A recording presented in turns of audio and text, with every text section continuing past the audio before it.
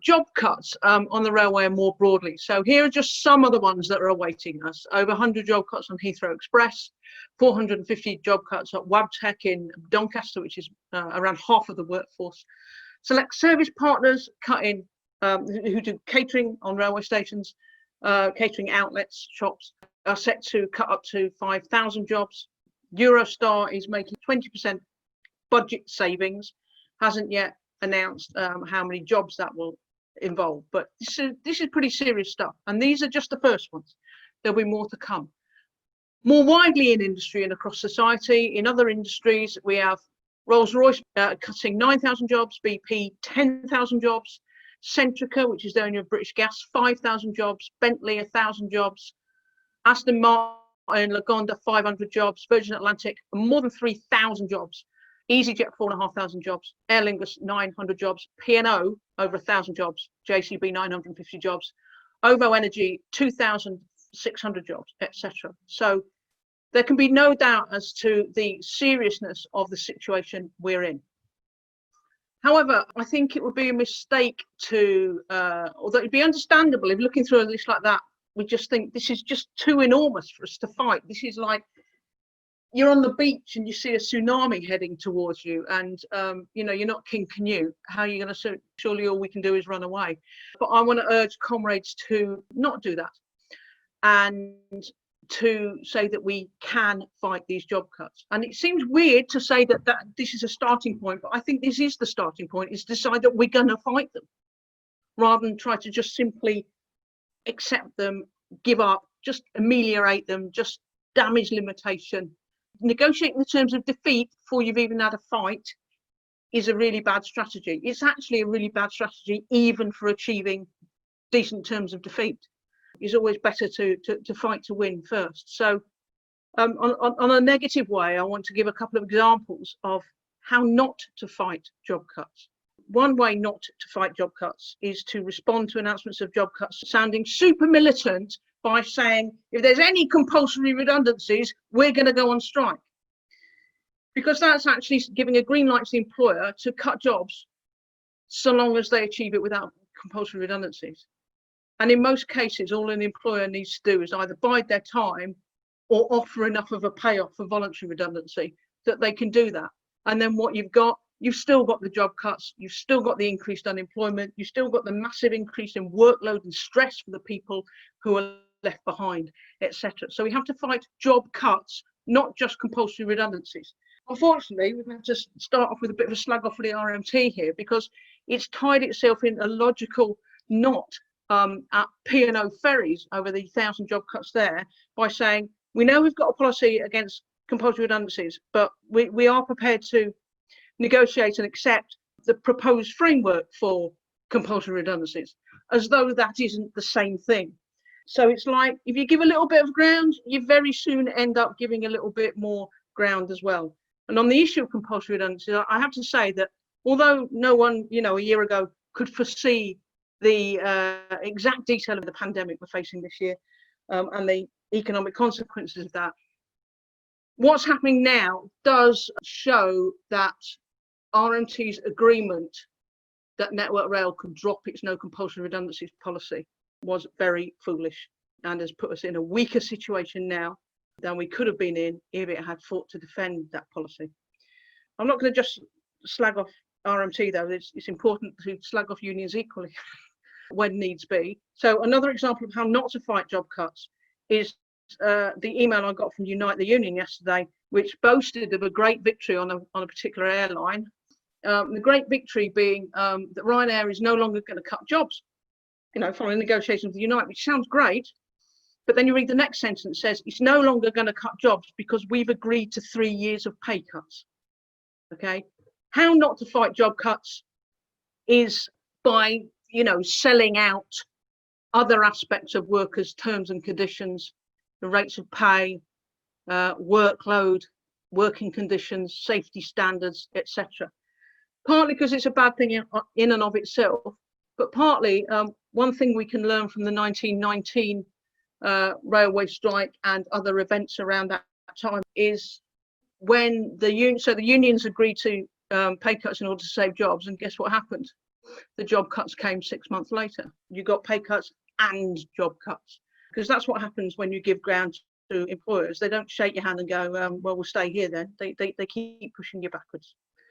So what I think we want to talk about today is how to fight these job cuts. Now, I don't know how many of you listened in on the Joint Unions rally yesterday about TfL funding. I listened to about half of it. The reason I say listen rather than take part in is that there was no taking part. So there was no opportunity for anyone to contribute from the floor or even in the chat box. It was useful to hear what the unions and others were saying about the issue.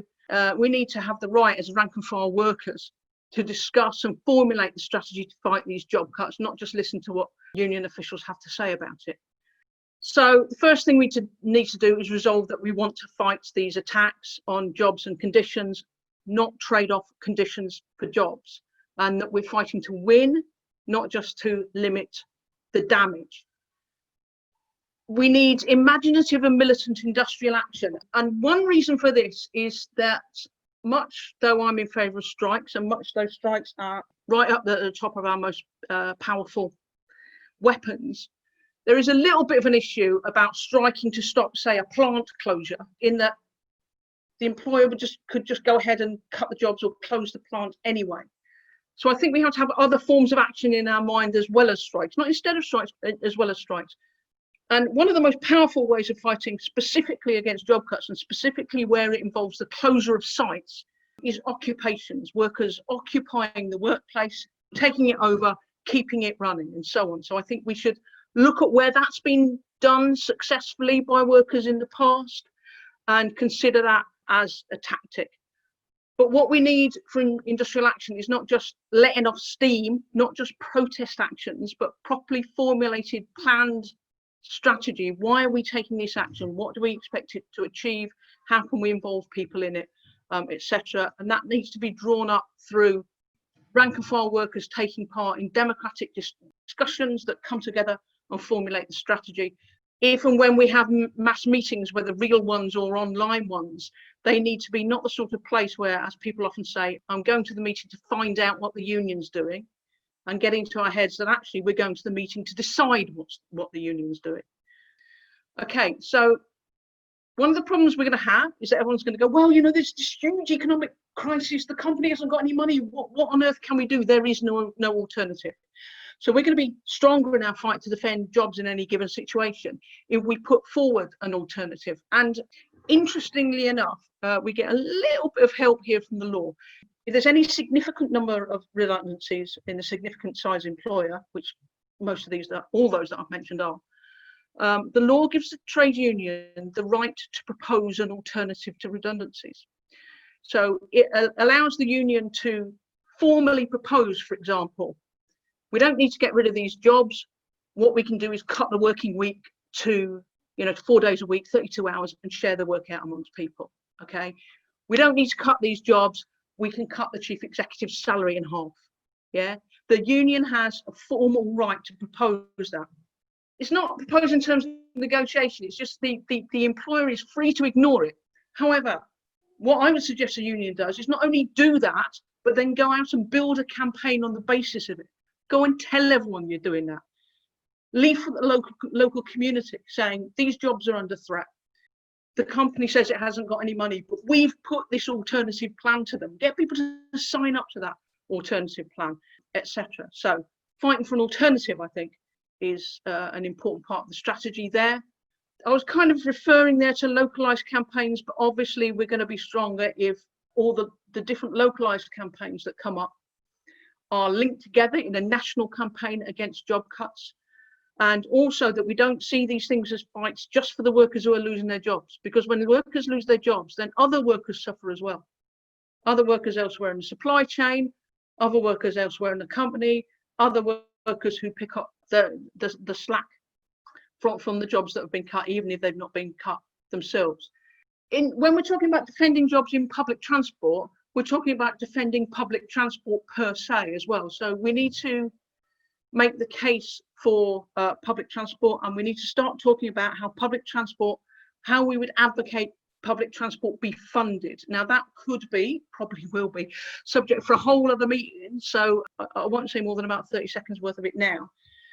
But there's an ideological thing here that I think we really need to get our heads around, right? Is the current kind of political discourse talks about public transport as though it is a service to passengers and therefore expects passengers to pay for it. And actually that's not true. It's not true. For sure, it's a service to you if you travel on the underground. If you travel on the underground to work and back, that's actually more of a service to your employer, because it's serving your employer by bringing their workers to work every day. And for retail outlets, it brings their customers to their outlets every day. And it's time the capitalist class that benefits from public transport was made to pay for public transport. There's different models of how to do that. In France, for example, they have locally levied payroll taxes, so employers contribute towards public funding. But we need to make the case for public transport, not just as a service for passengers, but as a service to the whole economy, to the infrastructure of the country. What we're coming down to now is, and this happens whenever there's a crisis, okay? So as you come out of a crisis, now we're coming out of gradually out of the COVID pandemic crisis. 100 years ago, we were coming out of the First World War. In both cases, there's a big fight between the employers and the government on one hand, and the workers and the passengers on the other hand, as to who is going to bear the cost of this crisis. So we need to be ready politically and ideologically to fight for, well, to be them who pays the cost of the crisis, not for us to be the ones who bear the cost. And I'll end on this point. This is where capitalist logic kind of betrays itself, because wasn't it amazing that as soon as coronavirus came along, no one's saying, oh, the free market will sort it out. And suddenly everyone thinks state intervention is a good idea. But as soon as we pass that, past the worst of that, they come back in, profiteers, advocates of capitalism saying, you know, we've got to cut off these excess jobs, we've got to asset strip, etc., in order to get the economy lean and healthy again. But capitalist logic doesn't work on all of this, right? Because if the transport industry had run under capitalist logic for the last 6 months, right, it wouldn't have agreed to turn its own passengers away. It would have said, carry on travelling, carry on paying our fares. And you know what the upshot of that would be? They wouldn't be in the financial crisis they're in now, but thousands and thousands and thousands more people would be dead. Okay, so it is not right that I'm not one to express sympathy for any transport bosses, but it's not right that transport companies, let alone transport workers and transport passengers, are being penalised for doing the right thing during a global pandemic. So I shall leave it at that. Thank you very much. Thanks very much, Janine. So for those comrades who've joined the meeting since we opened, welcome. This is a meeting put on by the Tube Worker Bulletin, which is a rank and file socialist bulletin for London Underground workers, published by the socialist group Workers' Liberty. That was the first of our two speakers, Janine Booth. And next we've got John Pencott, who's a Network Rail worker and RMT activist and lay tutor, who's going to talk about fighting job cuts and tax on terms and conditions from a Network Rail perspective. So John, over to you. Good afternoon, comrades. And thank you for Janine's very motivating talk, I'll say. So before I start, you perhaps all know Janine, but you perhaps don't know me. Before I start, I want to give you a bit of a background to fetch you up to date of why I think Janine's probably invited me onto this call. So I left school in 1979, so I went to work for the National Coal Board. So I was involved with the miners' strike, but I was always a National Union Mine Workers activist, even as a young man.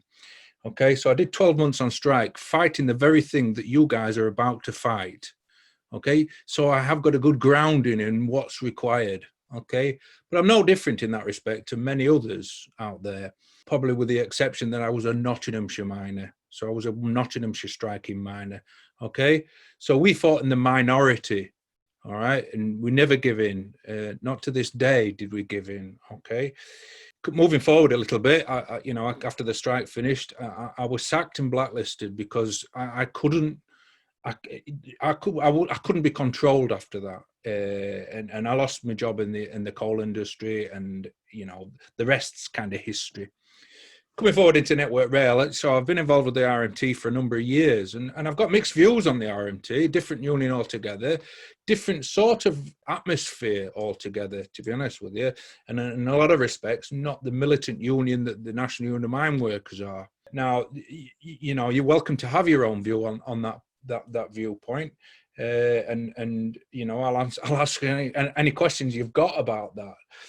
But what I will say to you is, like the long list of people that's under threat of losing their jobs, I guess that you guys backs are going to be put firmly against the wall. Now you've got a straight choice. I see it. You can either capitulate and talk to surrender terms and do the best you can that way, or you can stand your ground and you can fight. Okay. Now I would prefer the latter. I'll be honest with you, because direct action, no matter what it is always more successful than capitulation. I promise you that. Okay, but it's no good if it's just a handful of you guys fighting, and in reality, the rest of the workforce is going to sort of cave in before it starts. So, first and foremost, you must get the message out there. So we all know what's going to happen in the next few months, or we should do. We're going to come under some attack, and as Janine quite rightly said, that the union negotiated away Network Rail no compulsory redundancy clause. I think that was, you know, an absolute own goal. Above all own goals, you could, you know, that was a massive own goal. And now we're going to be fighting a fight that wasn't necessarily needed, but it's coming. You know, just the same as you guys are coming, Network Rail are going to say we can't sustain this. We must start cutting and carving things up. Now, unlike Janine, I think direct action is the right thing to do. I think strike action pays dividends. Okay, it absolutely pays dividends. I'm not talking token action. I'm talking hard-nosed direct action for prolonged or unknown periods of time. Okay, because you'll win. Because believe it or not, they still need to run the rail network. They just won't want to run it in a different way or a cheaper way. They still need people to work in the industry. They just need less people. And the scene is getting rid of some of you guys is the obvious easiest thing to do. Now, if we make it not the easiest thing to do, there's a chance they'll go away until they're prepared. Now, I don't know how prepared Network Rail are, or Transport for London, or anywhere else for that matter. But what I do know is we must be prepared, and we must be prepared to take them on, okay? But we can't do that unless we've spoken to our members and got our members all on side, every single one of them, okay? Genuinely got them on side. So a closure to a depot, or a closure to a station, or whatever it is that's under attack, is a closure to everybody. So, I mean, I am a dinosaur, and I do get that, you know, but the traditional viewpoint of one out, all out is there. It's there. It's going to become more apparent in months to come. Otherwise, you will be divided. We can't have divided workers. We must stay united. Okay. Now, as for the unions, the national union, I don't know what the answer is to try and do that. But what I will say to you is, they work for you. You don't work for them. They're there to serve us. It's our union. It's not the top table's union. It's ours. And they have no right whatsoever to sell or give jobs away. Okay? And to be honest with you, that's really all I've got to say. It's nowhere near as much as Janine, and I haven't prepared nowhere near as much as Janine, and full credit to her. But I will answer any questions, particularly about taking action, whether it be strike action or overtime bans or secondary action or whatever it is you want to discuss. But it's no good just discussing it. We've got to put that into the workplaces and educate our members to exactly what's going to happen if we don't do anything, and what potentially we could achieve if we do grit our teeth. Okay, strike action's a dirty business. It's a horrible thing. It's painful. It's meant to be painful, but it's not just painful for our members. It's painful for the employers as well. And we've got to hope, and in some respects, the only hope we've got is it's more painful for them than what it is for us. And it's up to the rest of us to make sure that happens. Okay, thank you.